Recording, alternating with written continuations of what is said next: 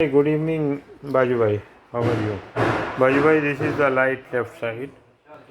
See, this the small line you can see, very small visible, like invisible line. Right now visible little bit, but after that it is not visible. Once we put the, after passing we'll put the, this already some cracks was there which already repaired. This light, see, this is the left side headlight of the car. This already everything is repaired, no issue at all. This computer is okay, everything is okay in this light. This is the computer of the light. ये सब ठीक है भाई भाई, पूरा light बेहतरीन है।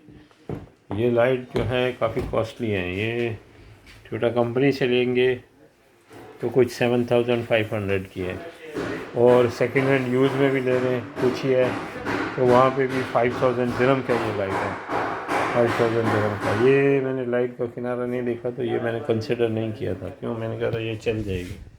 देख रहे हैं, ये थोड़ा दूर लेके जाऊंगा तो लाइट बिल्कुल भी पता नहीं चलता। ये गाड़ी पास होने के बाद इसके ऊपर फिल्म लगवा देंगे तो ये लाइन बिल्कुल नज़र नहीं आएगी। ये लाइट बेस्ट नहीं है, तो इस एक लाइन के लिए आई डोंट वांट, मैं नहीं चाहता कि आपका इतना ज़्यादा पैसा खर्च हो, तो कंसिडर नहीं किया था।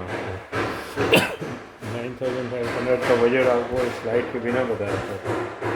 तो ये आप देख रहे हैं, फिजिकली देख रही हैं तो वाइफ को या बेटी को आप बोले वो कल आके इधर देख लेगी, बाकी तो ठीक हो गया है।